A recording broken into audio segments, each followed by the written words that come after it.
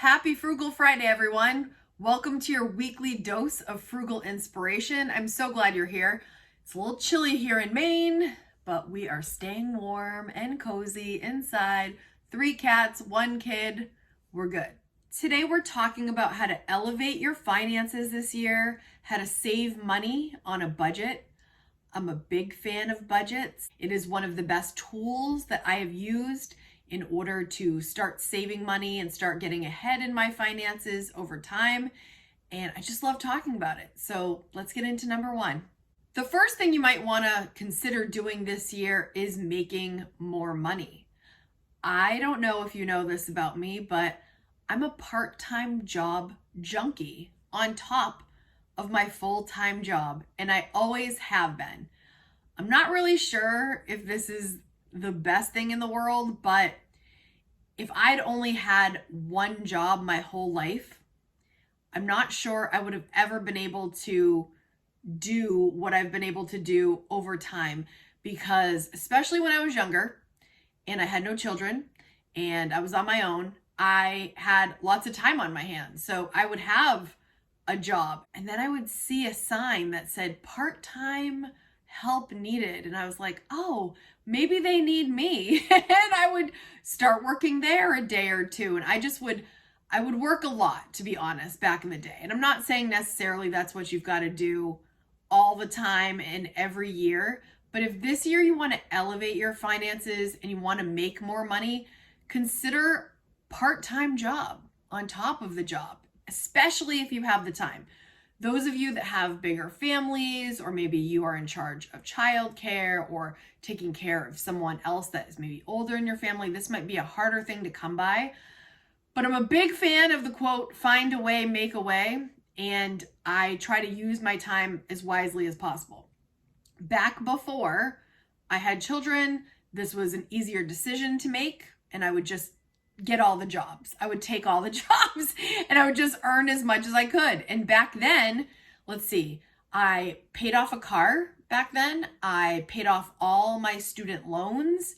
I didn't own a house until 2020, so I've always been a renter prior, but I was able to pay off all my credit card debts. These are all things that I was able to do with multiple jobs. And if I hadn't done that, I don't think I would have gotten there, honestly. I'm not in a field where necessarily my full-time job would make a ton of money. If you can do it that route, more power to you. Heck yeah, if you only need one job and it makes enough to cover all the bases and more, awesome.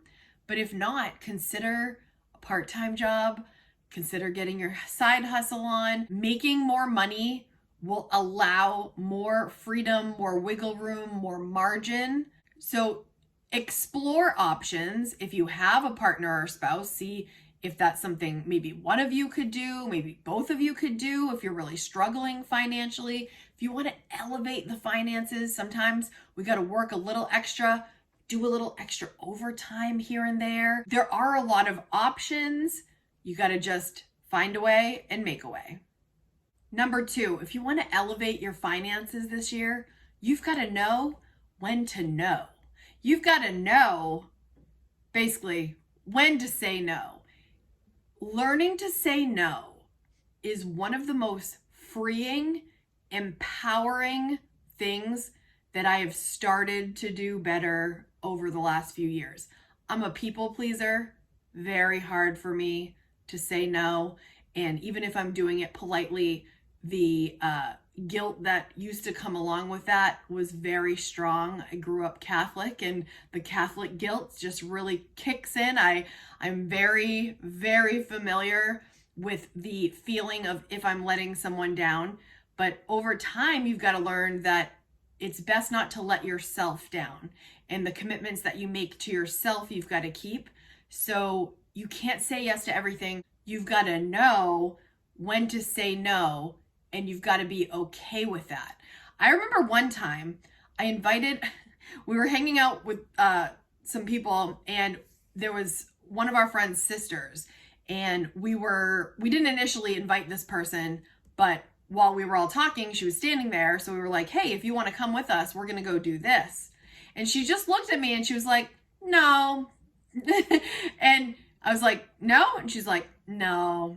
and didn't offer any more information. Didn't make an excuse. I was waiting for her to say, I have other plans. I was waiting for her to say something. And all she said was no, with a little head shake. And I just remember thinking, at first it was a little off-putting, like, you're not going to give me an excuse. And then that quickly shifted to a high level of respect that she wasn't going to even go there. She didn't want to do it. She didn't want to. For whatever reason, she wasn't going, and she just said no. And I remember that sometimes, because sometimes when I'm thinking, I'm like, okay, I'm going to say no, but I'm going to tell him, I'm going to explain it. And I'm like, she just said no. And I just took it. Okay. No. It was beautiful. It was beautiful. And it was a moment. It was a precious moment. If you are on a budget and you feel tempted to say yes to things that are really not in the budget, and you know you're going to suffer later because you have a hard time saying no, we've got to learn that saying no is okay. And I don't like the word boundaries much, but we've got to kind of set some boundaries with what we're going to accept, what we're not going to accept. And I really highly encourage you, if you're going to elevate your finances this year, to be ruthless with your no's, because when you say no, you might get to say yes to something that you're really excited about. Solid, firm no's can lead to confident, excited yeses, which leads us to number 3. Know when to say yes. If you want to elevate your finances, you've got to look for opportunities that make sense for you and your family. You don't want to get into a situation where you're afraid to spend money. I've kind of been in that situation before because I'm so, frugal, and I'm so very aware of spending and money and just all the things that come with finances, that sometimes I want to just say no because I'm so used to saying no. But on the flip side, you've got to know when to say yes, because you also don't want to miss out on life. And that's the balance. I did a video one time, I don't know if you guys remember this, a long time ago, caught between frugal living and YOLO, which is you only live once. And because I used to struggle with, sometimes I just want to just do it because it just seems like a fun opportunity and you only live once. But there's a balance. There's definitely a balance. So you got to know when to no, and then you've got to know when to say yes and be excited about it and really take that experience for all it's worth, or that thing that you actually really do want to buy and really just enjoy it and be unapologetic about it. I want your finances to be something you're proud of and something that makes your life better. Again, the money is a tool, and you want to put it where it's important and spend less on things that are not. Number 4, put aside money right off the top when you get paid for the things that are important. Right now, if you're watching this real time, we're in the middle of a no spend month. So I know your mind is starting to go okay, when I can spend freely again, how is this going to work for me? And I'm going to highly encourage you to be thinking about what is important and where is this money going to serve you best. In my budget, I always have in my lifestyle category a Kate line item, and that is basically another word for saying miscellaneous. I just don't like saying miscellaneous in my budget. It's too long of a word, and even the shorter version, I don't like it. So it's just called Kate because it's for whatever I need or want. So when I'm thinking about prioritizing some, people might call this fun money or however you want to call it, it's that line item that you can choose whatever you want to do with it. And I think going forward after this no spend, it's very important to have that line item open and available with an amount that makes sense for you, because as we've discussed, frugal living is not about deprivation. It's not about that at all. It's not about strict guidelines and keeping us from doing the things we love. It's the opposite. Frugal living is about spending sparingly on the things that don't matter so that we can spend unapologetically on the things that do. So when we're going forward in our budgeting after this initial no spend, make sure you set aside money for your savings, for your retirement, for the things that are going to mean something to you later, for fun. Make sure to get your fun in. Hello. Just be thinking about what is fun for you and what are your priorities. Focus on your priorities and then make sure you take that right off the top so that you always have something to look forward to. Still got to pay your bills, got to take care of all that, but set aside fun money, miscellaneous, whatever you want to call it, for yourself every month so that you have something to look forward to and you get a choice in how you spend it. Number 5, know your budget inside and out. This will not be second nature when you first start. I'd say within the first 3 to 6 months, it's going to start to become a solid routine. You're going to know your numbers. I've been doing this so long now. There's never a time where I'm like, do I have that money to cover this? I know. I know every dollar that's coming in and I know every dollar that's coming out. If you've adopted the zero-based budget kind of budgeting style, I use every dollar. You can use pen and paper. I talk about this all the time. I have a whole budgeting series. If you type in Kate Kaden budgeting, you will find everything that I do in budgeting world. I have 4 simple categories.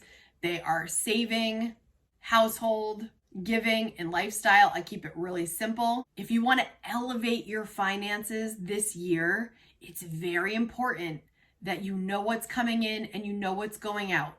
And the only way that I've been able to do this consistently and accurately is to create a monthly budget ahead of time every single month. I give every single dollar a name. That is what I learned from Dave Ramsey back in the day, and it has continued to work for me.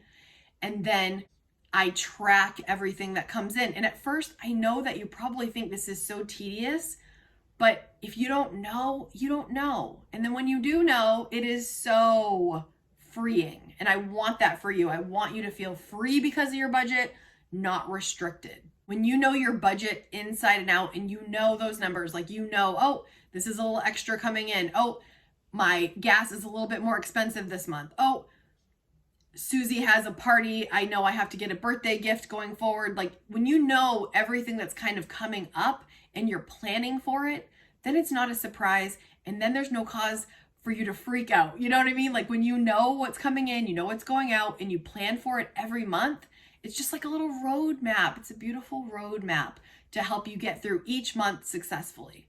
Now's your turn. What are you going to do this month to elevate your finances going forward?